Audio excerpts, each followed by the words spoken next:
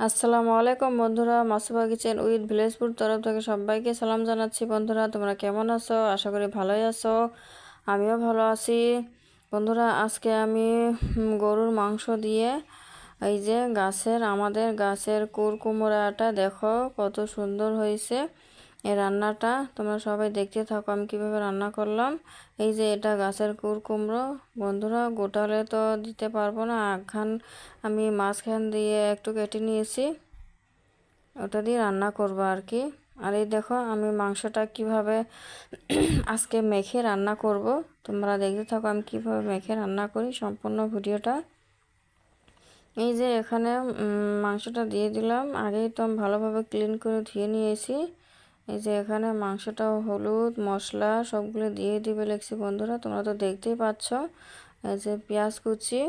আর বন্ধুরা, যারা আমার চ্যানেলটা এখনও পর্যন্ত সাবস্ক্রাইব করে নাই, প্লিজ সবাই আমার চ্যানেলটা সাবস্ক্রাইব করে আমার সঙ্গে থাকো, আর লাইক কমেন্ট করো, আর ভিডিওটা কেউ স্কিপ করে দেখবে না। এই যে আমার সব মশলা দেওয়া হয়ে গেল। এখন আমি লবণটা দিয়ে দিব।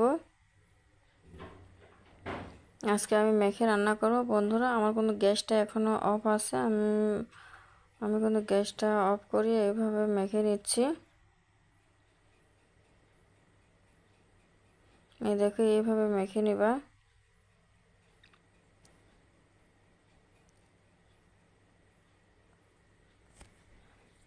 বন্ধুরা, এটা ক্যামেরার জন্য কিন্তু না, হাতটা মনে উল্টো দেখা যায়।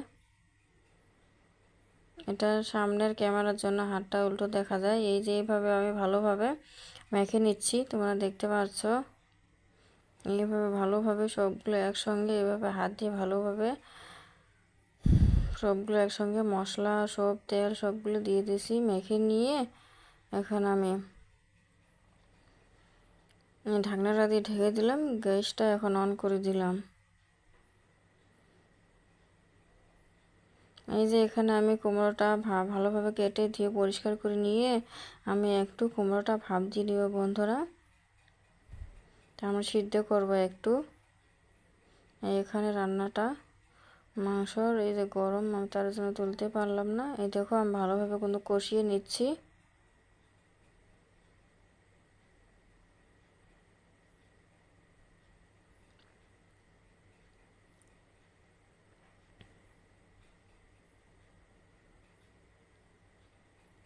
বন্ধুরা, এইভাবে আমি গাছের কুমড়ো দিয়ে কিন্তু মাংস রান্না করা অসাধারণ হয়। তোমরা খেয়ে দেখতে পারো, যাদের ঘরে ঘরে আছে এরকম। আমাদের এটা গাছের কুমড়ো আসিল।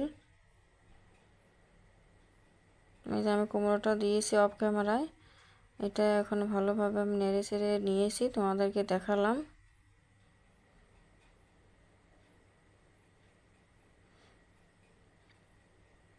বন্ধুরা, এই দেখো আমার কুমড়োটা দেখাই যাচ্ছে না, একদম মিলিয়ে গেছে, তোমরা দেখতে পাচ্ছ। আমি একটু জল দিয়ে দিলাম।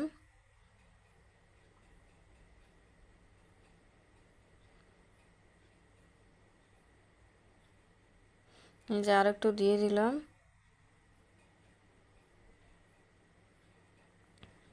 আমি এখন কিছু পরিমাণ রেখে বন্ধুরা নামিয়ে নিব।